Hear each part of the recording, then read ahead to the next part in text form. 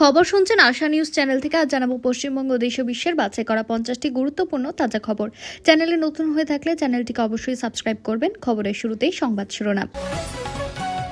আগুন নিয়ে খেলবেন না, শুভেন্দুকে হুঁশিয়ারি হুমায়ুনের, পাল্টা দিলীপ শমিকের জবাবে তোলপাড় বাংলা রাজনীতি।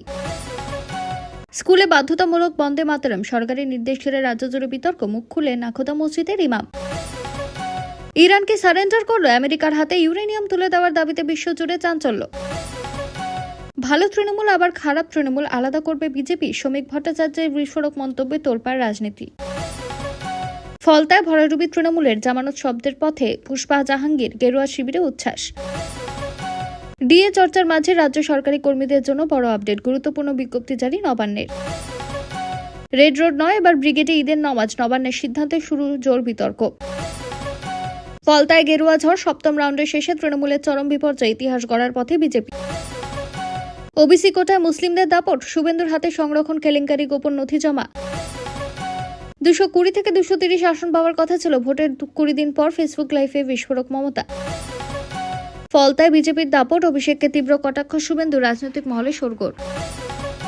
তৃণমূল শেষ, ফলতার ফল দেখে বড় ইঙ্গিত শ্রমিকের, মূল বিরোধী কি এবার বামেরা? পর্তুগালের রাস্তায় নামাজ পড়া বাংলাদেশিদের ঘিরে উত্তেজনা, স্থানীয়দের হামলার অভিযোগে চাঞ্চল্য। বাঘের ছাল পড়া বেড়াল, ফলতার ফল প্রকাশ হতেই অভিষেককে করা আক্রমণ শুভেন্দুর। মাঝরাতে বুলডোজার অ্যাকশন, জাভেদের ছেলে সোনাপাপুর বেআইনি সাম্রাজ্য গুড়িয়ে দিল পুরসভা। অপারেশন সিঁদুরের পর এবার রেসপিল, ফের বড় সাফল্যে মোদী সরকারকে ঘিরে দেশ জুড়ে চর্চা। তৃণমূলের কারা বিজেপিতে আসতে পারবেন, ভালো খারাপ তথ্য বুঝিয়ে বড় বার্তা শ্রমিক ভট্টাচার্যের। 1 জুন থেকে সব মহিলা পাবেন না অন্নপূর্ণা ভান্ডারের টাকা, সংশয় দূর করে বড় ঘোষণা অগ্নিমিত্রার। রাজ্যে এবার বিপুল চাকরি, শুভেন্দুর করার নির্দেশ ততস্থ নবান্ন, 3 জুন ডেডলাইনের চাপ বাড়ল আমলাদের। চীনের PL-15 ক্ষেপণাস্ত্রের ব্রেন হ্যাক করল DRDO, পাকিস্তানের ভুলে বড় সুবিধা ভারতের। ভোটের ফল বেরোতেই ঝিলে ঝাঁকে ঝাঁকে মাতচোর, সর্বশান্ত পুরপ্রধান, চাঞ্চল্য দমদমে। মাসে 2 লক্ষ টাকার লোভে রুশ সেনায় ভারতীয়রা, মৃত 49, সুপ্রিম কোর্টে বড় তথ্য দিল কেন্দ্র। পঞ্চায়েত অফিসে মিলল কন্ডম, খাট বিছানা, পটাশ ফুড়ে ফের শাহজাহান স্মৃতি ঘিরে তোলপাড়। 51,000 চাকরির বিরাট ঘোষণা মোদির, কোন কোন দপ্তরে মিলবে জয়নিং লেটার জানুন।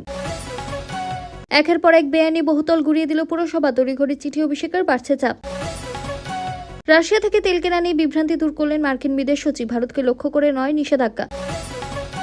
বিপর্যয়ের পর বড় চাল মমতার, ঘুরে দাঁড়াতে এবার সামনে আনালো মদন মিত্রকে। চালু হয়েছে অন্নপূর্ণা যোজনার পোর্টাল, আবেদন করা যাবে, বড় তথ্য দিলেন অগ্নিমিত্রা।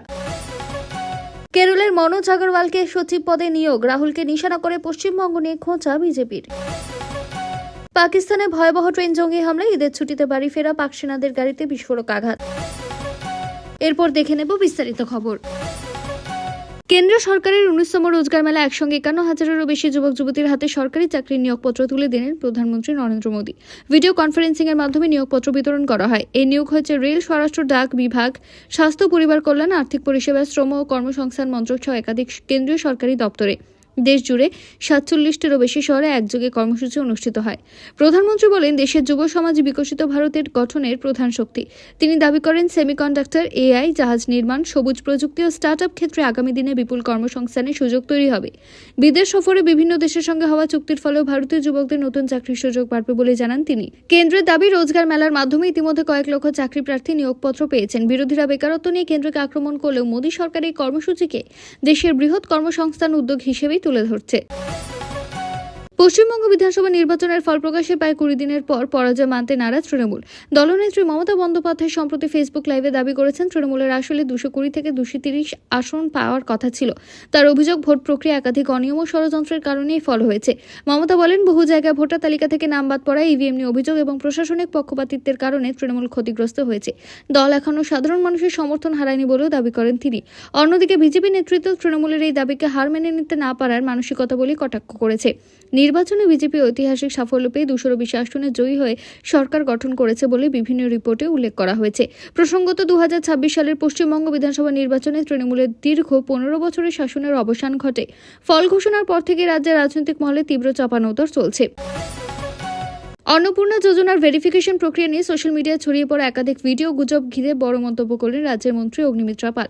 তিনি স্পষ্ট জানিয়েছেন, সরকার এখনো কোনো সাইবার ক্যাফে বা বেসরকারি মাধ্যমে ফর্ম ফিল আপ বা ভেরিফিকেশনের নির্দেশ দেয়নি। অনেক জায়গায় যে ফর্ম ফিল আপ ও যাচাইকরণের নামে টাকা নেওয়া হচ্ছে, সেগুলির বেশিরভাগই ভুয়ো। মন্ত্রী জানান, আগে যারা লক্ষ্মীর ভান্ডার প্রকল্পের সুবিধা পেতেন, তাদের নাম স্বয়ংক্রিয়ভাবে নতুন অন্নপূর্ণা যোজনায় ট্রান্সফার হয়ে যাবে। নতুন করে আলাদা ভেরিফিকেশন করানোর দরকার নেই বলেও জানান। একই সঙ্গে সিএএ বা ট্রাইব্যুনালে আবেদন করা নির্দিষ্ট কিছু মানুষ এই প্রকল্পের আওতায় সুবিধা পাবেন বলে উল্লেখ করেন। সরকারি বিজ্ঞপ্তি অনুযায়ী আগামী 1 জুন থেকে অন্নপূর্ণা যোজনার অনলাইন পোর্টাল চালু হবে। তখন নতুন আবেদনকারীরা আধার কার্ড, ব্যাংকের তথ্য, ছবি দিয়ে অনলাইনে আবেদন করতে পারবেন। এরপর গ্রামীণ এলাকায় বিডিও এবং শহরাঞ্চলে এসডিও, পৌরসভার আধিকারিকরা আবেদন যাচাই করবেন। চূড়ান্ত অনুমোদন দেবেন জেলা শাসক বা কলকাতা পুরসভার কমিশনার। অগ্নিমিত্র আরও বলেন, ভেরিফিকেশনের নামে যারা মানুষকে বিভ্রান্ত করছেন বা টাকা তুলছেন, তাদের বিরুদ্ধে সতর্ক থাকতে হবে।